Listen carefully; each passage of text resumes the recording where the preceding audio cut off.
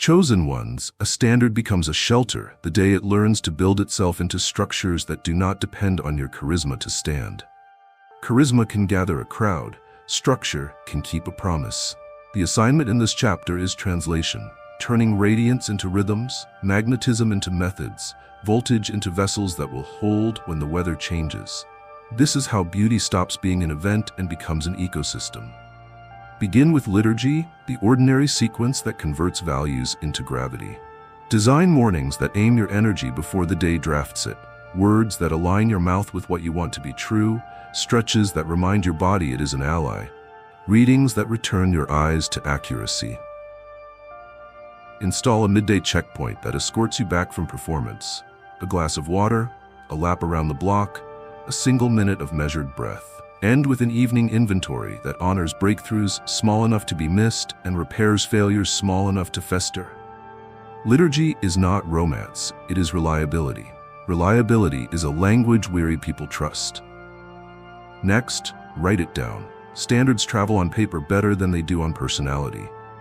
Codify what you've learned into guidance another soul can carry without your presence in the room. Draft scripts that keep consent at the center of collaboration. Compose emails that shift blame into clarity and clarity into action. Outline meeting cadences that reward preparation over improvisation, listening over interruption, endings that arrive before resentment does. Put in writing what you want repeated and omit from writing what you don't want immortalized. Structures remember what people forget under pressure. Create policies that protect tenderness as though tenderness were infrastructure, because it is. Make no surprises, a rule where power lives, assume good intent and verify impact. A rule where teams breathe, rest before resentment. A rule where deadlines threaten to buy your soul. Teach your circles that pace is a choice, not a fate, and that quality is an act of mercy, not an act of ego. These policies may look unremarkable on a wall. They feel like water in practice. Mentor in verbs, not just in visions. Invite those who watch you to copy actions they can measure. How to decline without drama, how to enter a room without extracting, how to end on time without apology, how to praise without purchasing leverage. Let them see you move an idea through the pipeline of reality. Draft, feedback, revision, delivery, follow-through, rest. The unglamorous middle is where most beautiful things die. Your presence there resurrects them into finished gifts. When another can finish without you, structure has succeeded. Build redundancy where holiness relies on one person's mood. If kindness only arrives when you are in a good place, formalize kindness into a process that survives your bad day. If truth only surfaces when a brave person raises their hand, formalize truth into a cadence where questions have a home. If boundaries only hold when you are in the room, formalize boundaries into agreements everyone signs, not just ideals everyone quotes. A structure is not cynical for expecting human weakness. It is wise for making goodness cheap and meanness expensive. Transform your high energy into budgets. Energy is a currency. Spend it where returns compound for others. Allocate a portion to building capacity in people who will never make you look good, a portion to systems that save an hour a week for everyone who shares your table, a portion to art that will not trend but will still be true in 5 years, a portion to prayer that is inconvenient enough to alter your agenda. Budgets reveal belief. A standard that budgets for what it says it values becomes credible. Invite accountability that measures results, not optics. Ask your council to evaluate whether rooms are safer, not just shinier, whether decisions are clearer, not just faster, whether people are resting more predictably, not just performing more efficiently. Accept their findings without theater. Adjust the structure where it sagged. Strength is not stubborn, it is responsive. The standard of beauty that cannot be corrected will eventually be curated into a museum piece no one touches. You are building a house people live in, with floors that can be scuffed and still be holy. Design succession into today's moves. If the standard dies when you take a week away, it was never a standard. It was a show. Teach others to steward rooms in your absence by giving them authority while you are present. Let them set the agenda, run the cadence, hold the boundaries, close the laptop. Bless their different style where it keeps the essence intact. Standards grow stronger when multiple hands can carry them without diluting their core. This is not abdication, it is abundance. Keep generosity as a constraint, not a mood. Structure that hoards attention becomes brittle. Structure that distributes attention becomes resilient. Share credit before you are asked. Name sources while you are celebrated. Pay people not with exposure, but with equity where you can. Generosity built into the scaffolding of your work turns admiration into momentum for many. It also starves the rumor that your beauty requires someone else's diminishment to shine. Measure by relief. The right structures make life lighter. Ask the ecosystem simple questions. Who breathes easier because this exists? What harm has become harder to commit? What apology has become cheaper to make? What conversation happens earlier, at lower volume, with kinder words? If the answers grow sparse, you are building theater. If the answers multiply, you are building church in the broad sense, a place where humans can remain human and still do holy work. Finally, preserve mystery within the structure so that wonder can find you on unremarkable days. Leave blank hours where God can rearrange what you thought was urgent.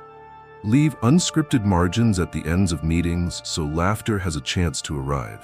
Leave room in your plans for inconvenient kindness that interrupts you at the worst possible time and turns out to be the day's real assignment. Structures that cannot make space for surprise will suffocate the very spirit that made you luminous. Walk forward, chosen ones, as architects of a gentler order. Let your standard of beauty pour itself into beams and doors and tables until strangers can find their bearings by what you built. Let people who never meet you inherit sanity from your policies, courage from your rhythms, and tenderness from your tone embedded in the walls. When someone asks how a month of radiance became a way of life that kept others whole, give the plainest answer you know. I wrote the light down, I scheduled the love, I budgeted the fire, and I made it all big enough for more than me.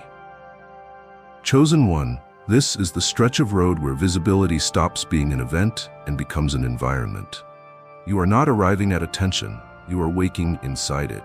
The month has gathered eyes as faithfully as the tide gathers shells, and still the command is simple and steady: stand. Not as a statue fed by flash, not as a mannequin advertised by trend, but as a standard, a living measure that chooses posture over performance and coherence over applause. Standing in the open is not the absence of fear. It is the decision that reverence will lead your body where fear would drag it. You will feel the temperature of many readings pass over your skin.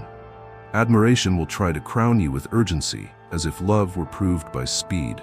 Suspicion will test you with silence that wants you to overtalk yourself into error. Nostalgia will visit pretending to be prophecy, telling you to spend your future on proving a past wrong. Let each weather system pass. The standard you are keeps time with slower clocks. You breathe until truth can fit inside a sentence. You answer what was asked, not what flattery or dread wished had been asked. You smile like one who remembers that beauty stored in God cannot be repossessed by rumor. Your high energy, so bright it animates a room, will be invited to host chaos. Decline the invitation with kindness. Voltage is not obliged to power every device that asks. You were given current to keep lamps lit where people read their lives more clearly, to warm tables where boundaries and belonging eat from the same bowl, to power tools that build, mend, and lift. When a scene demands your heat to keep its spectacle alive, you are free to cool the room with proportion. When a conversation tries to purchase your warmth with panic, you may introduce pace that lets wisdom sit down. When the crowd begs you to trade your clarity for volume, you can let silence argue on your behalf. Standards do not outshout storms, they outlast them. Standing in the open requires a choreography of entrances and exits. You arrive without competing, and you leave before contempt can rent your kindness. You place your yes where it will grow fruit rather than followers, and you seat your no where it will keep intimacy sweet rather than scarce. The open does not mean exposed, it means transparent. You are see-through in the right ways. Your motives legible, your boundaries visible, your reverence audible in the way you refuse to rush what ought to ripen. People exhale because they can see the floor. Not everyone will interpret your standing correctly. Some will confuse your restraint with shyness because they have only seen desire expressed as conquest. Some will mistake your warmth for permission because they have only seen attention used as currency. Some will call you proud for declining roles that would have made you louder but smaller. You are not required to tutor every misreading into maturity. You will teach far more by holding your line than by chasing each witness with a syllabus. The room you govern will hold its shape long enough for time to do the convincing. In time, even those who bristled will borrow your measurements in private and discover they fit. Let generosity define your stance. The open is where you share the practices that keep you human. The liturgy that aims your mornings. The questions you ask desire before offering it a stage. The phrases you invoke when admiration tries to buy access on credit. You speak these not to brand your wisdom, but to multiply relief. Here is what I do when my pace starts impersonating purpose. Here is how I decline without turning honesty into spectacle. Here is how I end while tenderness is still intact. The instructions travel farther than you will, and the open becomes less of a marketplace and more of a commons. Guard the quiet chamber at your center while you stand. Visibility is loud even when it is kind. You will need a room inside where the day cannot invoice you for being alive. Go there often, even briefly. Let breath become grammar again. Let scripture return your mouth to accuracy. Let laughter remember your body to joy. Let tears, when they come, be untaxed, neither monetized nor moralized. This hidden chamber is not a retreat from assignment. It is the engine room that keeps assignment from eating the ship. You will learn to bless envy without feeding it. Envy is hunger that has forgotten its name. You do not answer it with scarcity theater, nor with glittering compliance. You answer by pointing to source and to structure. This glow is governed. This house has edges. This current has a job. Those 3 sentences are a map envy can use to walk home without begging at your door. You are allowed to close that door. You are also allowed to keep setting a table where peace costs less than performance. As the days accumulate, your standing will turn from spectacle to stability. People will come to rely on the fact that rooms do not overheat when you are near. Decisions that once needed committees will borrow your cadence and end on time. Truth will risk being unpretty because your posture proves it can survive beauty's presence. And you, still a person, not a monument, will find that standing in the open does not hollow you out. It hollows out the confusion surrounding you. In the newfound space, good things grow fast. When night returns, you step out of the open without apology. Standards rest so they can keep standing. You lay the day on the altar that lent it and listen for the mercy that measures you back into mortal scale. If you held the line, give thanks. If you drifted, repair. If you were misunderstood, release. Tomorrow will need the same quiet courage, the same measured gait, the same clean yes and kinder no. You'll have them. The one who called you to stand is not stingy with strength. Chosen ones, a standard becomes history when it becomes transferable. It is a poor glory that dies with the person who wore it. It is a holy glory that outlives the season because it has been given away in forms others can use. This is the month where your beauty stops being a singular event and starts becoming shared craftsmanship. The task before you is not to maintain an image. It is to seed a lineage. Begin by turning what you carry into language that fits in other mouths. Grandeur makes people dependent. Clarity makes them capable. You distill the scaffolding of your life into sentences that can be remembered under pressure. Consent is how love breathes. Slow is still holy. Clarity early is kindness later. Enough is a boundary and a blessing. Not for me is a complete prayer. These lines are more than mottos. They are handles. People can pick them up when their hands are shaking and still do the next faithful thing. Next, turn language into habitats. Invite your teams, families, and circles into rooms where process protects people. Write the cadence that makes honesty cheap, the check-in that catches small frictions before they calcify, the agenda that starts with context so no one performs confusion, the meeting that ends before fatigue rents the tone. Install policies that remember tenderness on your bad day, not just your best. Time-off rules that prevent martyrdom from being misread as maturity, escalation paths that keep power answerable to proportion, celebration rhythms that honor the quiet builder alongside the charismatic sprinter. When goodness is embedded in bricks, the house keeps behaving when you travel. Apprentice others in your refusal to confuse heat with haste. Invite them to walk with you through decisions that once would have been made by adrenaline. Let them watch you sit with desire long enough to translate it into usefulness. Let them hear you ask the questions that keep beauty from being bartered. What will this build? Who pays for this glow? How do we end this cleanly? Apprenticeship is not a lecture, it is access to your unglamorous fidelity.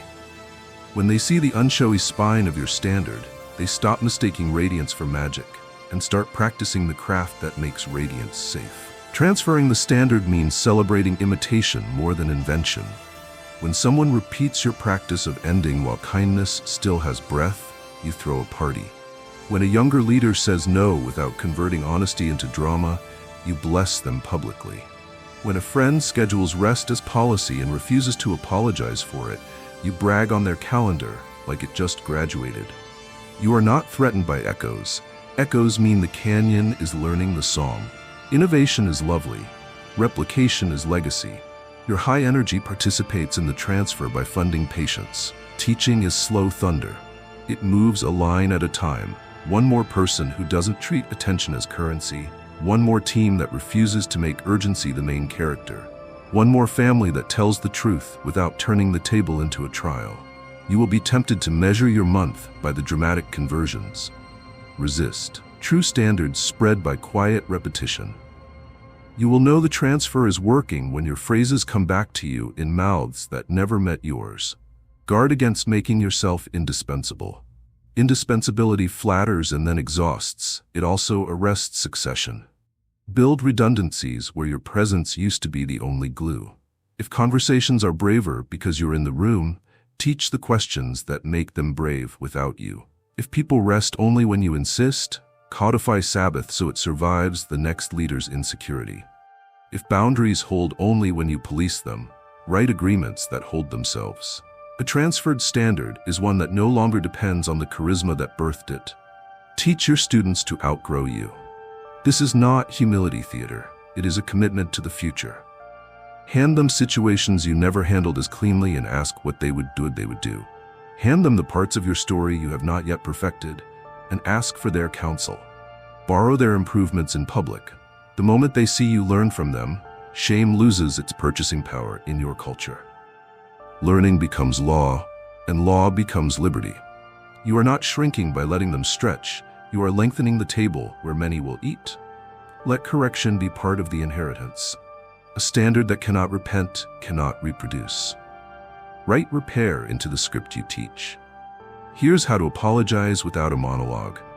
Here is how to compensate those harmed by your learning. Here's how to rebuild trust by keeping small promises on schedule. When correction is normalized, courage increases. People risk telling the truth earlier because they believe the system can metabolize it without collapsing into spectacle. That is transfer at depth, not only what you do right, but how you return when you do wrong. Transferring the standard will sometimes be lonely. Spotlighted admiration is a fast friend. Shared responsibility is a slower companion. There will be evenings when you miss being the center, when handing the mic to another feels like silence in your bones. Bless that ache, and then remember the point. You were not anointed to be necessary, you were anointed to be faithful. Faithfulness is generative. It keeps making room. It keeps finding heirs. It keeps choosing culture over credit. It keeps the work larger than the worker. Watch for the moment when the standard begins to speak without your voice. Someone you mentored will end a meeting early to protect dignity and will not announce that they learned it from you. A policy you wrote will be cited by a person who doesn't know your name and will still obey the spirit you intended.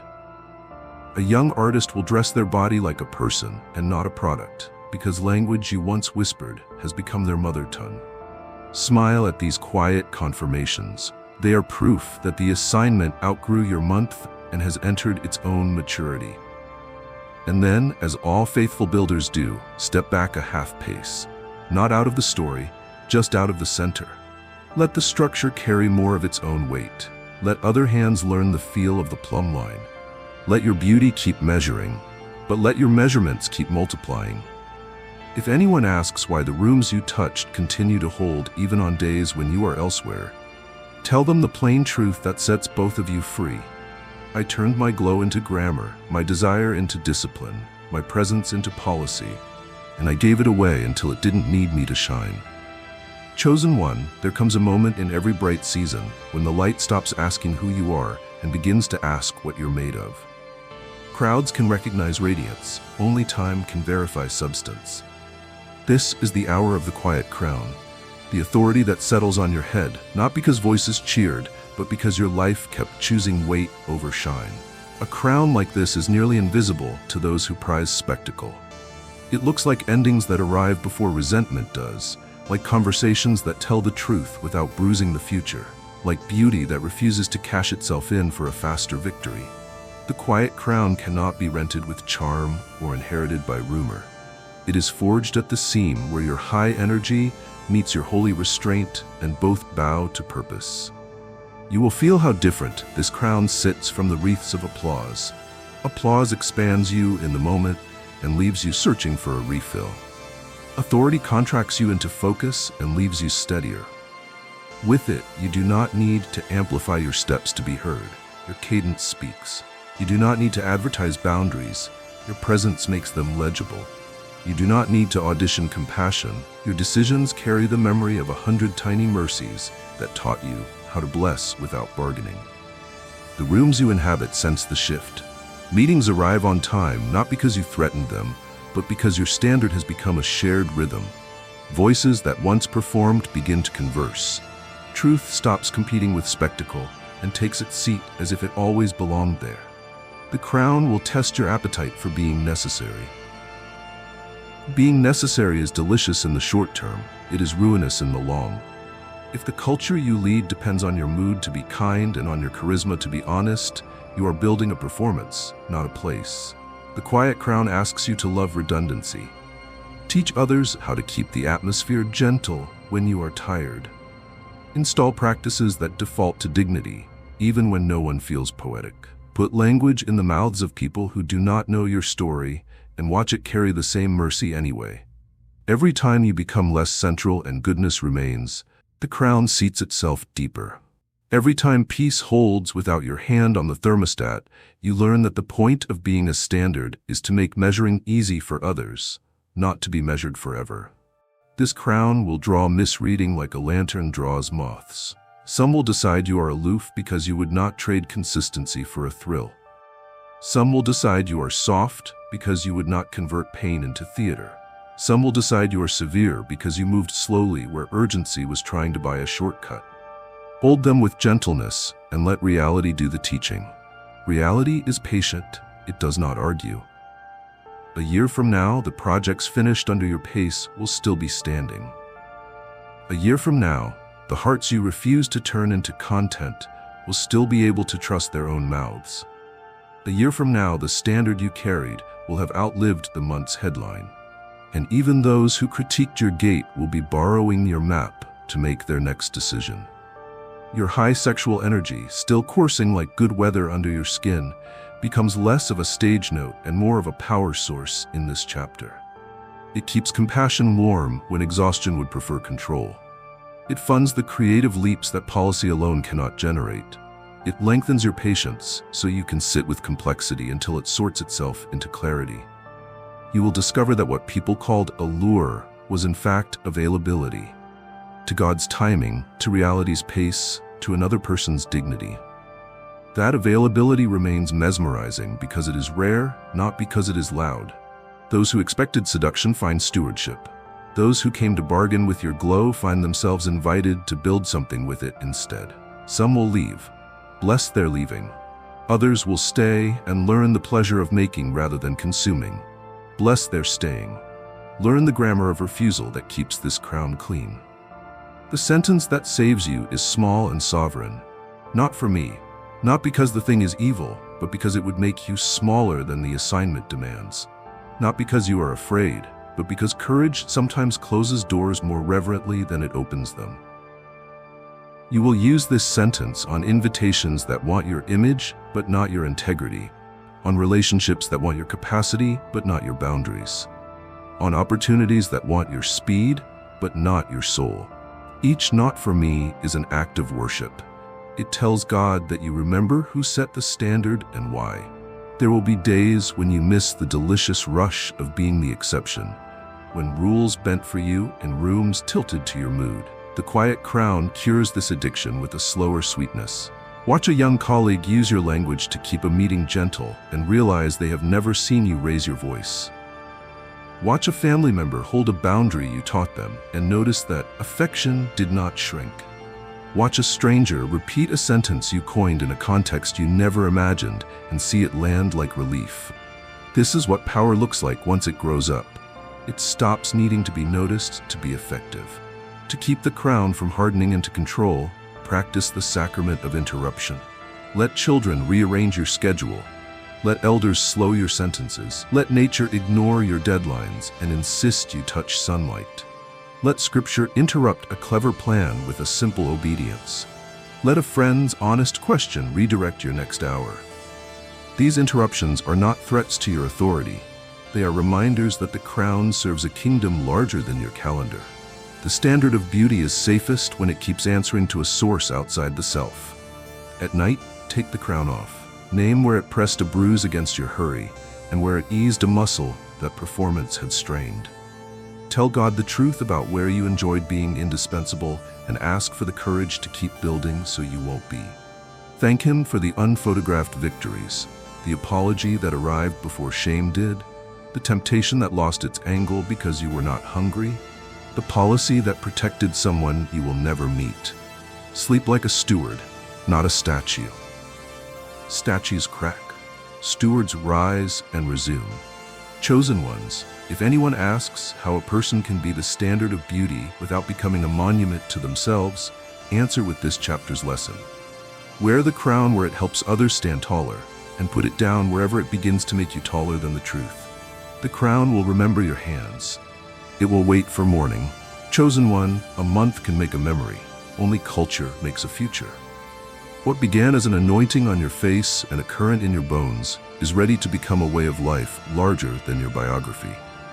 Culture is what remains when you are tired, busy, or elsewhere. It is the set of reflexes that keep tenderness from needing a hero and truth from needing a stage. When beauty becomes culture, rooms behave as though you were present even when you are not, because the measurements you lived by have been woven into their walls. Culture is built from unglamorous fidelity. It is the door you keep closing softly so slamming goes out of fashion.